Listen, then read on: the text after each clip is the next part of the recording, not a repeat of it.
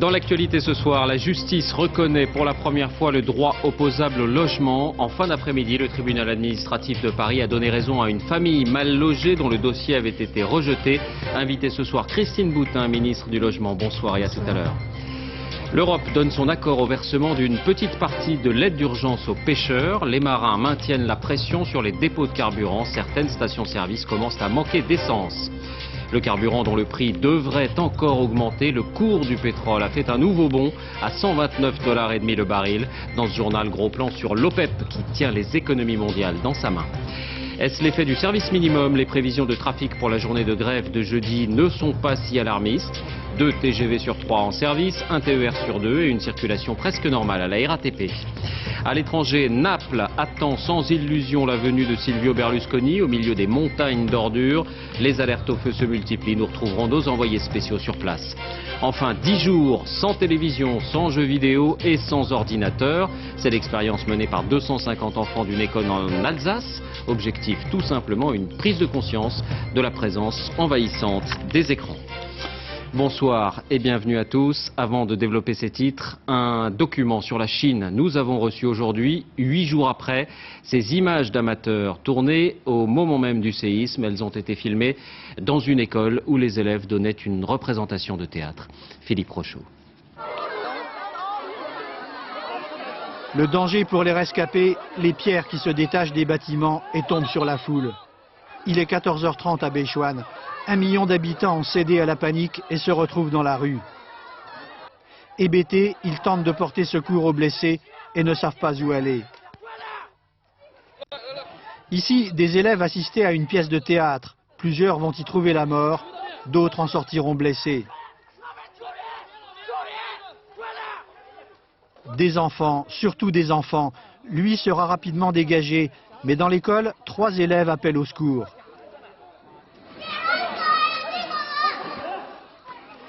Les professeurs les sortiront avec les moyens du bord, car à cette heure-là, les secours ne sont pas encore arrivés.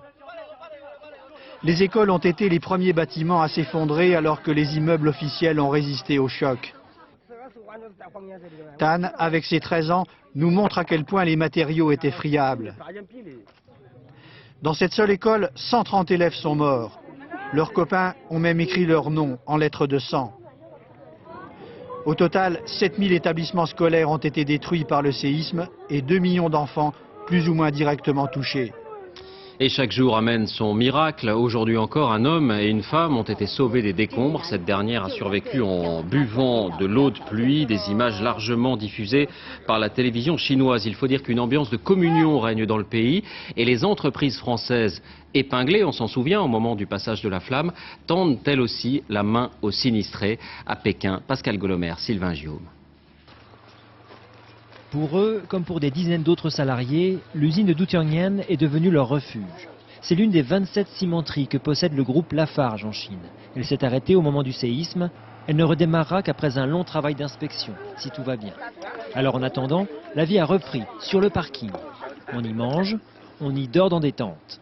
Car parmi les 400 employés, beaucoup n'ont plus de maison. Certains ont perdu des membres de leur famille. L'usine leur a ouvert ses portes dès le premier jour.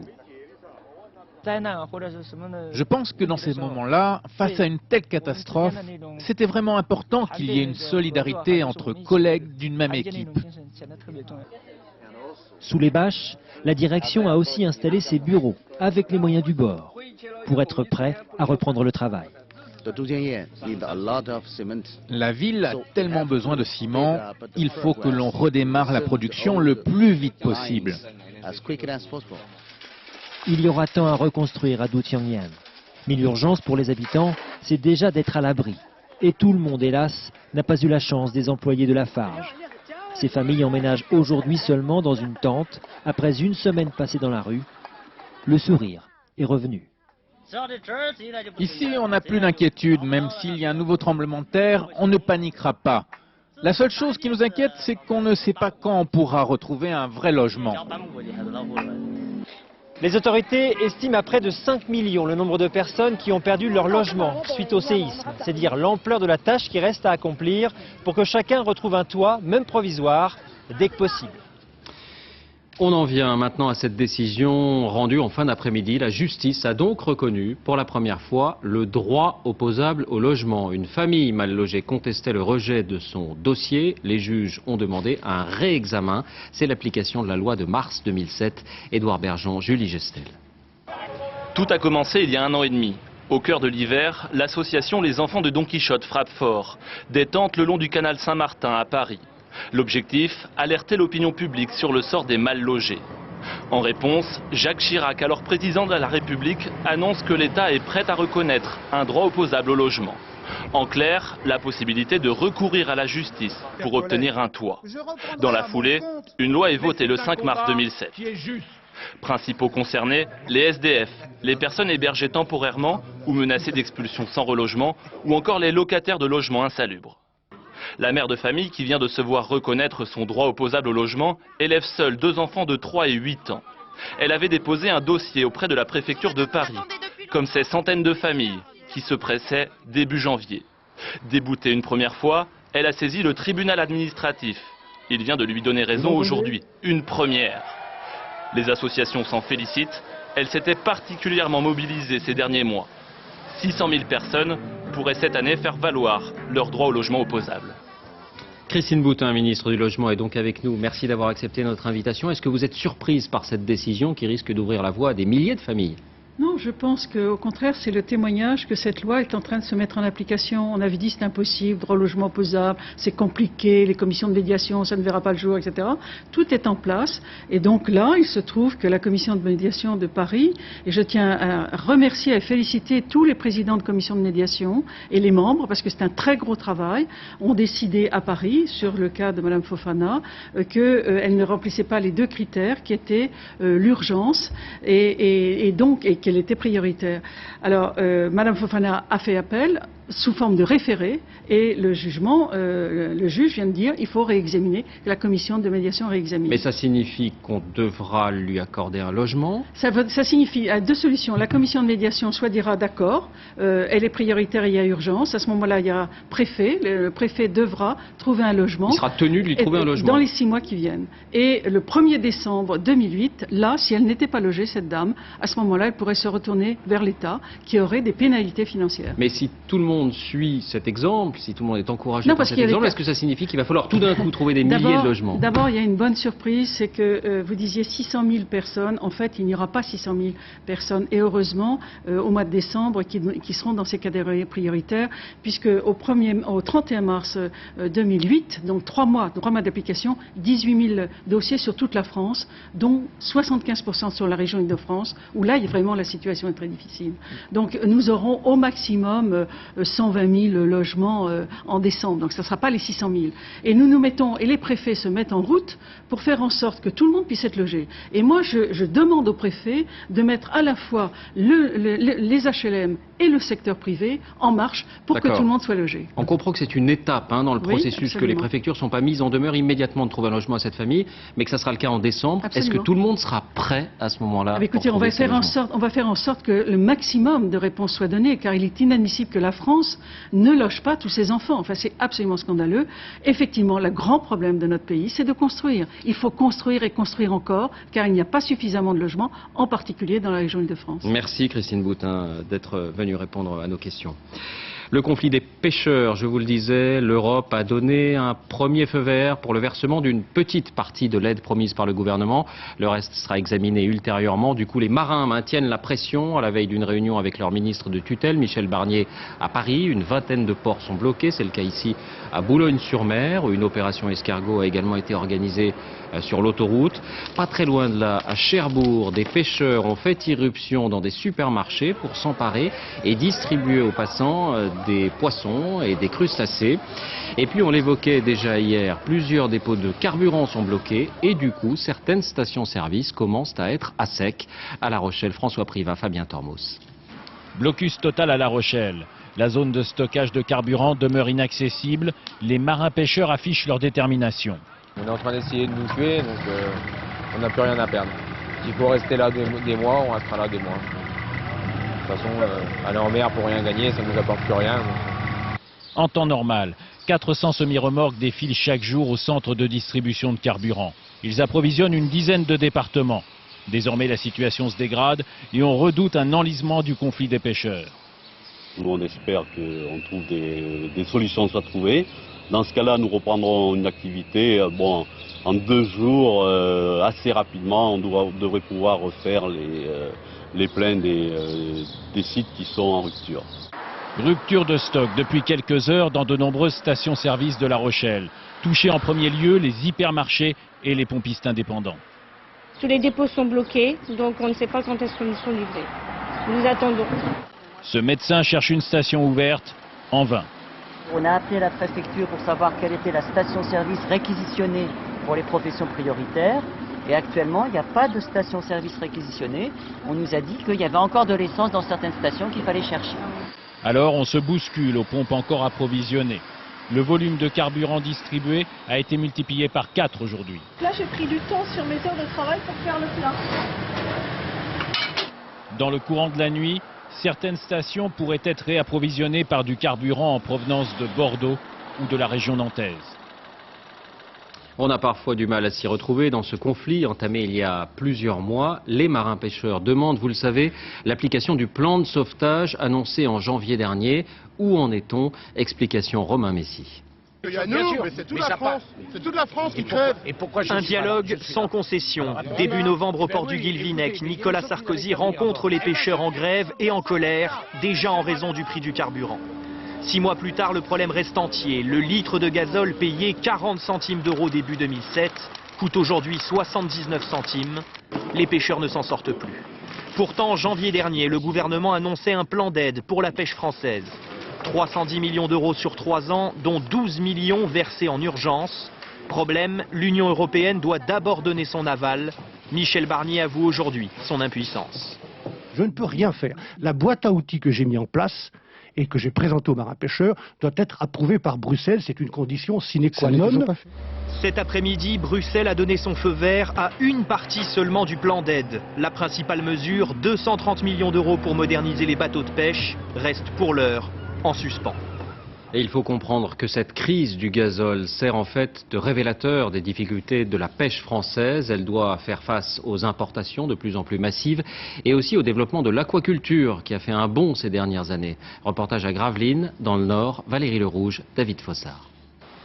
Pas besoin d'aller au large de Dunkerque pour trouver du poisson, il suffit de se pencher sur ces bassins. Ici, les filets ne sont pas dans l'eau mais au-dessus pour empêcher les oiseaux de se servir. La plus grande ferme aquacole de France, c'est 300 bassins et 2700 tonnes de bar et de dorade produits chaque année, 20% de la consommation française. Nous recevons les poissons, enfin les alevins à 2 grammes et après ils vont rester sur la ferme à peu près 15 à 18 mois pour atteindre une taille commerciale de 300-350 grammes. Ils vont passer d'un bassin de 25 mètres cubes à 150 mètres cubes et au cours de leur vie. L'eau de mer est ici enrichie en oxygène et légèrement chauffée pour que les poissons grandissent plus vite. Mais pas besoin de dépenser du fioul pour ça. L'eau tiède est pompée directement à la sortie de la centrale nucléaire d'à côté. Pour le directeur de la ferme, ancien patron de la Criée de l'Orient, l'élevage du poisson à bas coût est complémentaire de la pêche en mer. L'aquaculture ne remplacera jamais la pêche puisque le nombre d'espèces qu'on est capable d'élever de façon économiquement viable en aquaculture est largement inférieur au nombre d'espèces que la pêche est capable d'apporter sur les marchés. Les éleveurs veulent donc croire à la survie des marins-pêcheurs. Ils espèrent bien ne pas contribuer à les affaiblir. Autre conflit qui touche les ports français, celui des dockers et des grutiers. Des affrontements ont eu lieu aujourd'hui à Marseille. Le projet de réforme est examiné en ce moment au Sénat et plusieurs ports sont touchés par la grève. On évoquait la hausse du prix du gazole, eh bien elle n'est pas prête de se calmer. Le cours du baril de pétrole a gagné plus d'1,5 $ aujourd'hui en une seule journée, en pulvérisant son record, 129,60 $ le baril. On l'a souvent dit, la raison de cette envolée tient à la hausse de la demande, notamment celle des pays émergents.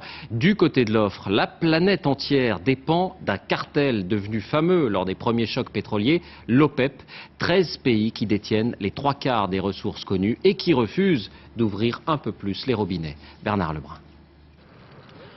Lorsque le président américain salue le ministre saoudien du pétrole, c'est toujours avec beaucoup d'amabilité. Et pour cause, l'un est consommateur, l'autre producteur. Mais désormais, le pouvoir a changé de camp.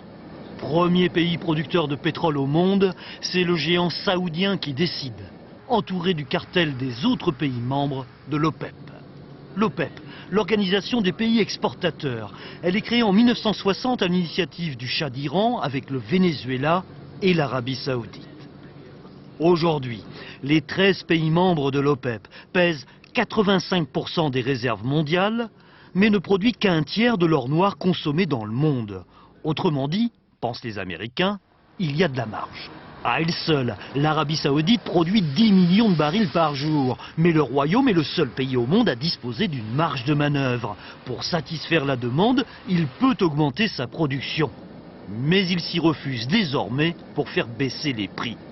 La demande ne cessant de croître, de Chine comme des États-Unis, les tarifs vont inexorablement augmenter.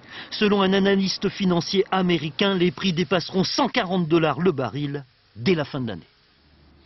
En France, les prévisions de trafic pour la grève de jeudi après-demain au sujet des retraites ont été communiquées. Le mouvement commence en fait demain soir, très précisément à 20 h. Bonsoir Agnès Molinier, vous êtes à la gare Montparnasse. À quoi faut-il s'attendre ?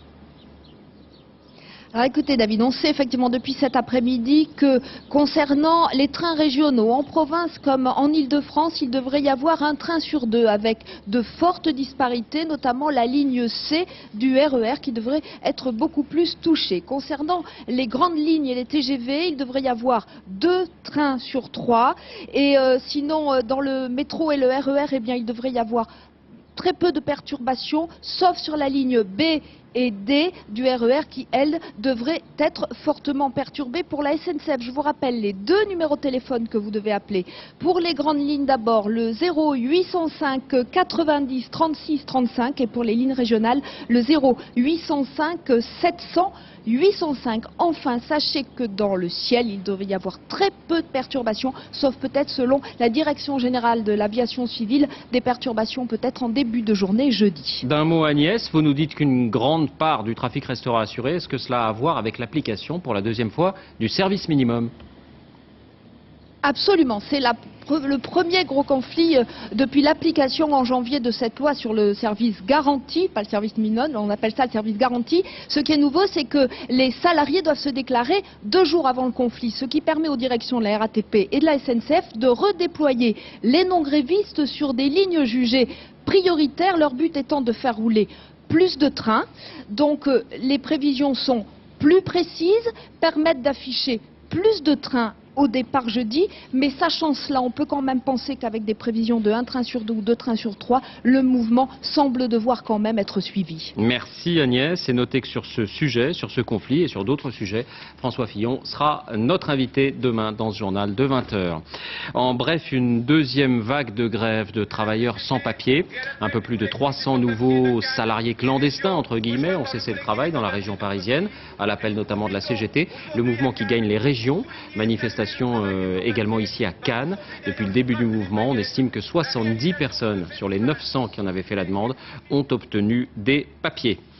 À l'étranger, Naples, submergée par les ordures, attend la venue de Silvio Berlusconi. Le premier conseil des ministres du nouveau gouvernement se déroulera symboliquement là-bas demain. Et il y a urgence, les alertes au feu se multiplient. Les habitants sont excédés. Envoyés spéciaux Philippe Visserias, Karine Guillaumin. Toutes les nuits, Naples offre le même spectacle. Des montagnes de sacs poubelles incendiés, une 40aine de feux la nuit dernière, une centaine la nuit d'avant. Épuisés, les pompiers courent de l'un à l'autre. Pour faire face, ils ont même reçu des renforts venus d'autres régions d'Italie. Les gens pensent éliminer les ordures en les incendiant. Mais ils ont tort, car en les brûlant, ils libèrent des substances toxiques qui sont nocives. Lorsqu'elles ne sont pas incendiées, les ordures sont renversées en travers de la route. Aucun plan d'urgence n'est venu à bout de la crise, ni les décharges supplémentaires, ni les trains spéciaux chargés d'ordures envoyés en Allemagne. Naples croule sous les déchets. Et les habitants ont pris l'habitude de se débarrasser ainsi de leurs ordures. On ne peut quand même pas les garder chez nous. C'est au pied du Vésuve que Silvio Berlusconi tiendra demain son premier conseil des ministres. Il pourrait annoncer l'intervention de l'armée pour déblayer les rues. J'espère qu'il fera quelque chose pour nous, il nous l'a promis. Parmi les pistes étudiées, créer une immense décharge dans la banlieue de Naples, juste derrière ses toits, pouvant accueillir plusieurs centaines de milliers de tonnes d'ordures. Une proposition que les riverains rejettent. Pour bloquer l'accès au terrain, ils ont érigé plusieurs barrages et veillent 24 heures sur 24 par crainte d'une intervention policière. Dans les sacs poubelles, on trouve des déchets toxiques, des piles, des médicaments, car les gens ne trient pas leurs ordures et cela pollue notre sol. Demain, pour protester, ils manifesteront comme tant d'autres dans le centre de Naples. Pour accueillir le gouvernement au grand complet, le centre-ville a retrouvé un semblant de propreté. S'il prétend ne pas avoir de baguette magique, Silvio Berlusconi a néanmoins promis de résoudre en quelques semaines une crise des déchets qui dure depuis 15 ans. Les Napolitains maintenant attendent du concret. À l'étranger encore, nouvelle étape des primaires démocrates aux États-Unis. Les bureaux de vote ont ouvert. Dans le Kentucky, on vote aussi, mais par correspondance dans l'Oregon. Et Barack Obama espère à cette occasion franchir le cap de la majorité absolue de délégués. Pour lui, en tout cas, l'affaire est déjà réglée. Il ne s'en prend plus à Hillary Clinton, mais au candidat républicain déjà désigné, John McCain, qui fait également sa cible principale du sénateur. Résultat, cette nuit. En Afrique du Sud, le président Thabo Mbeki appelle les habitants des bidonvilles de Johannesburg à la fin des violences contre les immigrés. On l'évoquait hier, la tension reste vive. 13 000 personnes ont déjà fui ces quartiers. En France, on évoque souvent les effets de l'impôt sur la fortune, sur l'exil fiscal, mais les chiffres sont rares. Eh bien, ceux de l'année 2006 ont été livrés aujourd'hui. Les voici. 843 redevables de l'ISF ont quitté la France il y a 2 ans. C'est 26% de plus qu'en 2005. Cela représente un manque à gagner de 144 millions d'impôts pour le fisc. Mais dans le même temps, 200 exilés seraient rentrés en France cette année-là. Depuis quelques mois, de nouvelles exonérations sont accordées à ceux qui payent cet impôt sur la fortune, à condition d'investir dans des PME européennes. Et du coup, certaines d'entre elles ont vu leur activité décoller. Reportage Yves Ginca, Mathias Second. Une résidence principale en Bretagne, une autre secondaire et quelques biens locatifs. Alain Nicot possède un patrimoine non négligeable, ce qui lui vaut de payer l'ISF, l'impôt de solidarité sur la fortune. Dans son cas, 8 000 €.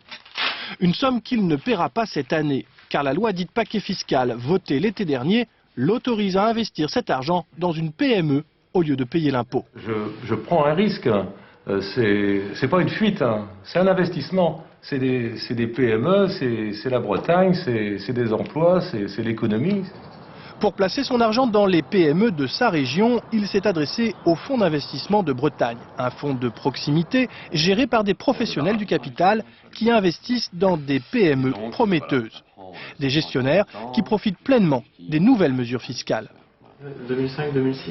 Oui, ça a d'abord beaucoup élargi notre clientèle de souscripteurs. Et ça a aussi augmenté les montants souscrits, parce que les plafonds de déduction de l'ISF sont jusqu'à 20 000 €, et donc ça a augmenté les souscriptions moyennes, en fait, de façon très sensible.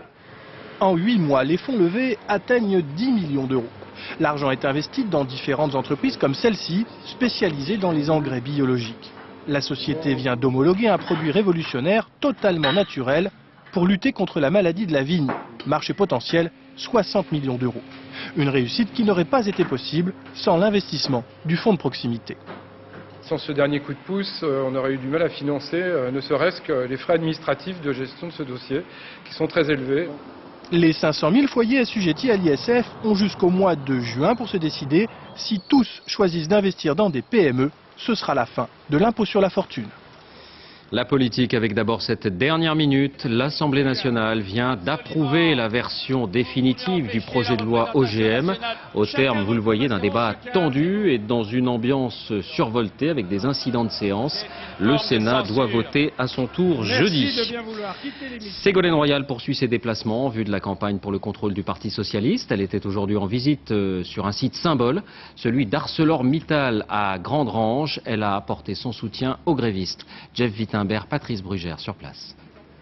On se protège, en politique comme dans la sidérurgie, et dans les deux cas aussi on bat le fer quand il est chaud. Ségolène Royal profite d'un regain d'attention. 40 journalistes la suivent aujourd'hui. Nous sommes près de Gandran, là où Nicolas Sarkozy s'était engagé à sauver ArcelorMittal. Il y a eu des promesses qui ont été faites par Sarkozy et Mittal ensemble, par ces deux messieurs qui aujourd'hui ne tiennent pas leurs promesses. La visite a été bien balisée. Les syndicalistes que rencontre Ségolène Royal n'en ont que pour Nicolas Sarkozy. Il s'est royalement foutu de nous, quoi. Il nous a pris pour des bœufs. Royalement. Au contraire, vous avez bien fait. Et le circuit continue. Devant l'usine Mittal, bloquée depuis une semaine, le piquet de grève de la CGT fait recette. Olivier Besancenot est venu le premier, plutôt bienveillant pour Ségolène Royal. Si la gauche est capable de redécouvrir le chemin des usines, ce sera tant mieux. Certains ouvriers se montrent plus réalistes. C'est sa bataille à elle. La bataille des éléphants. Mais nous, ça, on n'en a rien à voir. Aux côtés des grévistes, l'endroit lui semble pourtant bien choisi pour lancer sa campagne interne, et peu importe les remous. Les militants ne veulent pas de guerre des chefs, ils n'en auront pas, j'en serai la garante. Les 2 ou 3 personnalités du parti qui parlent un peu fort ne représentent pas la profondeur du Parti socialiste. Candidate déclarée, aussitôt sur le terrain, Ségolène Royal a pris une longueur d'avance, celle qu'elle a perdue dans les sondages pour l'instant, sur Bertrand Delanoë, son principal concurrent. La gauche et la droite qui se sont retrouvés côte à côte, une fois n'est pas coutume, sur un terrain de football. François Hollande et Pierre Sarkozy dans la même équipe. Un match était organisé tout à l'heure en faveur de l'association France Alzheimer. Hélène Hugues, Madi Diawara. Ça va? Déjà bien échauffé cet après-midi à l'Assemblée. Bien, fin prêt. Comme à l'Assemblée. Les politiques changent de costume. Vous avez du XXL? Le terrain sportif pour la bonne cause. La lutte contre la maladie d'Alzheimer, une fois n'est pas coutume. Gouvernement et opposition sous un même maillot, mais chacun aborde le match avec l'esprit sportif. On joue ensemble, je crois, donc quand même difficile de jouer contre son camp, donc on va pousser dans le même sens. On joue avec tout le monde, là, dans une cause comme celle-là, on ne fait pas la différence. On ne regarde pas qui sont les transferts de l'année. Et déjà un premier tacle, aussitôt suivi d'un autre. J'essaierai, peut-être à la différence d'autres, de ne pas marquer de but contre mon camp, oui. Viser leur coéquipier Éric Besson, ex-socialiste entré au gouvernement Fillon, il joue en défense. Je joue arrière droit parce que le poste d'arrière gauche n'était pas libre. Non, mais je suis peut-être celui qui effectivement connaît le plus de monde dans l'équipe, quoi. Autre surprise, le fils du chef de l'État, Pierre Sarkozy, il joue contre les politiques, avec les people et les sportifs. Possible parce que je ne vais pas pouvoir rester trop longtemps. On va remplacer Stéphane. Vous voulez jouer en défense? Premier changement décidé par l'entraîneur Gérard Rouillet, les socialistes entrent en action. Non, la place, oui. Parmi les supporters, Roselyne Bachelot est inquiète. J'espère qu'on ne va pas avoir trop de blessés, enfin, espérons. Pour l'instant, déjà une moisson de buts, 2 pour les politiques, 4 pour leurs adversaires. Grande gagnante, la Fondation France Alzheimer qui récolte 60 000 €. Et à noter toujours en politique que Bruno Maigret annonce son retrait de la vie politique. Il indique qu'il va partir travailler à l'étranger. L'éducation, c'est en ce moment que se décident les inscriptions pour la prochaine rentrée scolaire dans l'enseignement secondaire. Vous le savez, la carte scolaire a été assouplie. Cela signifie qu'on peut demander pour ses enfants un établissement qui n'est pas forcément près de chez soi. Quelle est la règle? Quelles sont les marges de manœuvre aujourd'hui? Nabila Tabouri, Vivien Roussel.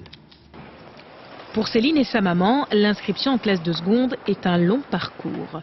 Première étape, le choix du lycée. Le taux de réussite au bac, les options proposées, le temps de transport, elles passent tout en revue. Problème, le lycée qui est dans leur secteur géographique est loin d'être celui de leurs rêves. Il n'a pas une excellente réputation. Mon fils y est allé la première année, j'avais fait fi de ce que j'avais entendu dire, et le résultat n'a pas été probant.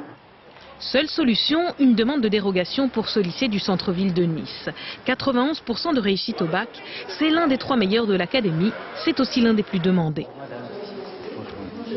Rendez-vous est pris avec le proviseur pour un entretien qui ne garantit pas une inscription. Qu'est-ce qui motive votre demande de dérogation? Le frère de Céline ayant déjà obtenu une dérogation dans ce lycée l'an dernier, elle pourrait bénéficier d'un rapprochement de fratrie.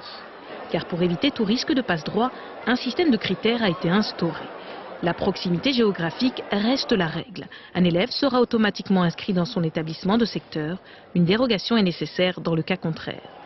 Sont prioritaires les élèves handicapés ou malades, les boursiers, les lycéens ayant une orientation spécifique ou encore les fratries. Dans certaines académies, les notes peuvent aussi compter.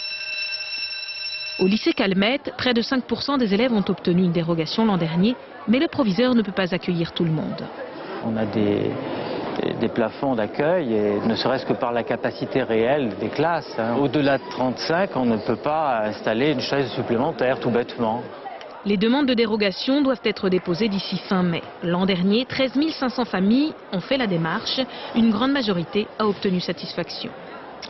Toujours à propos d'éducation, mais au sens plus large du terme, voici une expérience qui va sans doute intéresser beaucoup de parents. Elle est menée en Alsace pour les 250 enfants d'une école. Ils vont passer 10 jours sans télévision, sans jeux vidéo et sans ordinateur. L'objectif est simple, une prise de conscience de la présence envahissante des écrans. C'est le dossier de cette édition. Il est signé José Blanc-Lapierre et Abdel Zouiwesh. C'est sûr, vous allez résister ? Oui.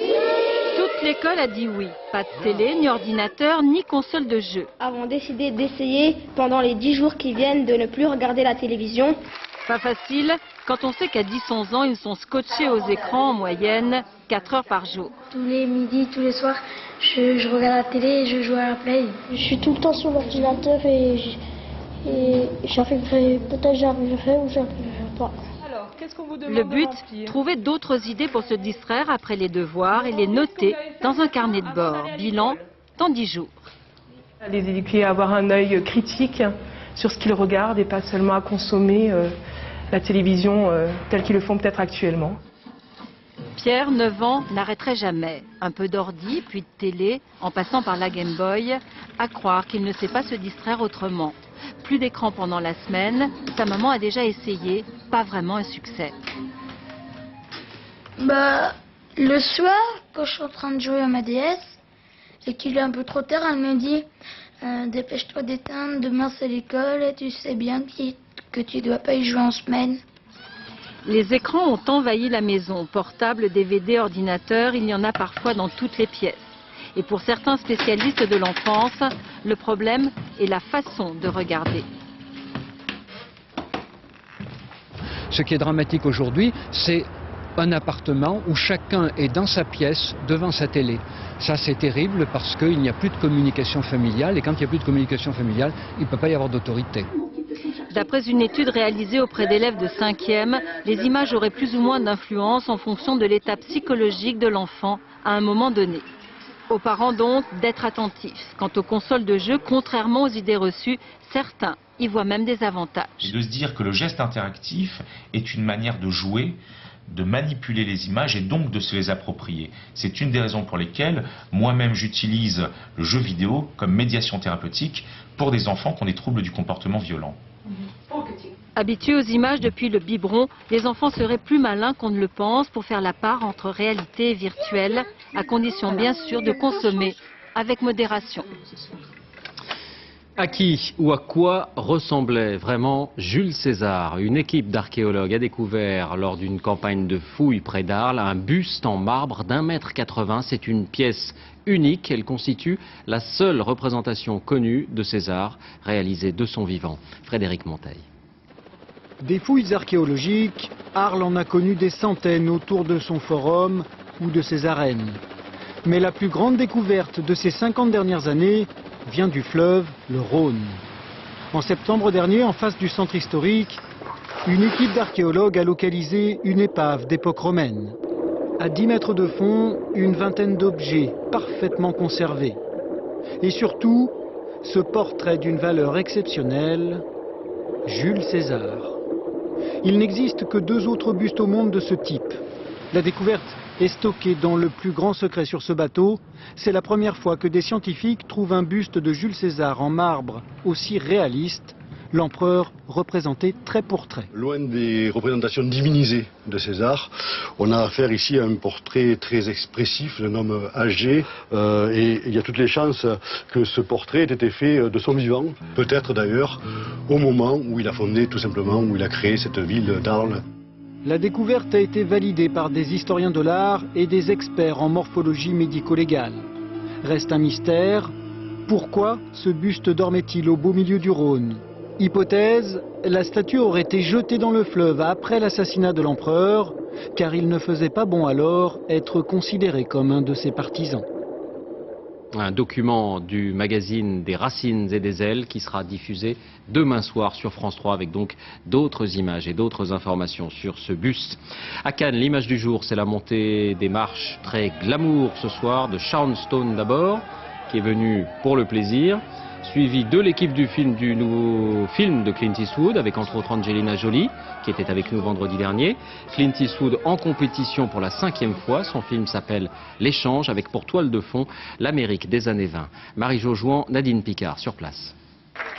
Il dénonce l'injustice, elle est tout aussi glamour qu'engagée, le couple impressionne. Enceinte de jumeaux, Angelina Jolie a tenu à assurer la promotion du film, parce qu'il aborde le thème de l'enfance en danger. L'histoire est tirée d'un fait divers des années 20. Angelina incarne une mère célibataire dont l'enfant a disparu et qui va mettre en cause la police corrompue du Los Angeles de 1928. Grâce à sa ténacité, cette femme a fait voler en éclats non seulement la police de Los Angeles, mais aussi l'appareil politique. Le maire n'a pas été réélu, et bien qu'elle soit seule et femme, on sait ce que ça voulait dire à cette époque, elle n'a jamais renoncé. Just kept going. Well, aren't you gonna... That's not my son. What? What are you saying? It's not my son. J'ai perdu ma mère quelques mois avant le film. Pour moi, cette femme lui ressemble énormément. Ma mère était soumise et très douce en apparence. Mais si on touchait à ses enfants, elle devenait une vraie lionne. I would know my own son. All I'm saying is you're in shock and he's changed. What's your name? Can you tell me your name? Walter Collins. Common name. Angelina Jolie, elle est tellement incroyable. Il joue avec les sentiments des spectateurs et j'ai pas du tout aimé, du tout. Très classique, mais une belle histoire, très bien interprétée. Du pur Clint Eastwood, son 28e film, le 31 mai, il aura 78 ans. J'ai encore une semaine, alors laissez-moi tranquille avec ça. Avant de refermer ce journal, je vous en rappelle l'un des principaux titres. Pour la première fois, la justice reconnaît le droit opposable au logement. En fin d'après-midi, le tribunal administratif de Paris a donné raison à une famille mal logée dont le dossier avait été rejeté. Sur ce plateau, tout à l'heure, Christine Boutin, ministre du Logement, se félicitait de cette décision. Ce n'est qu'à la fin de l'année que les familles pourront vraiment s'appuyer sur ce principe pour faire condamner l'État ou une collectivité locale en cas de non-obtention d'un logement. C'est la fin de ce journal, merci de l'avoir suivi. Tout de suite la météo, Laurent Romeshko. 20h50, un nouveau magazine autour de Jean-Luc Delarue. Tout quitter pour changer de vie. À demain.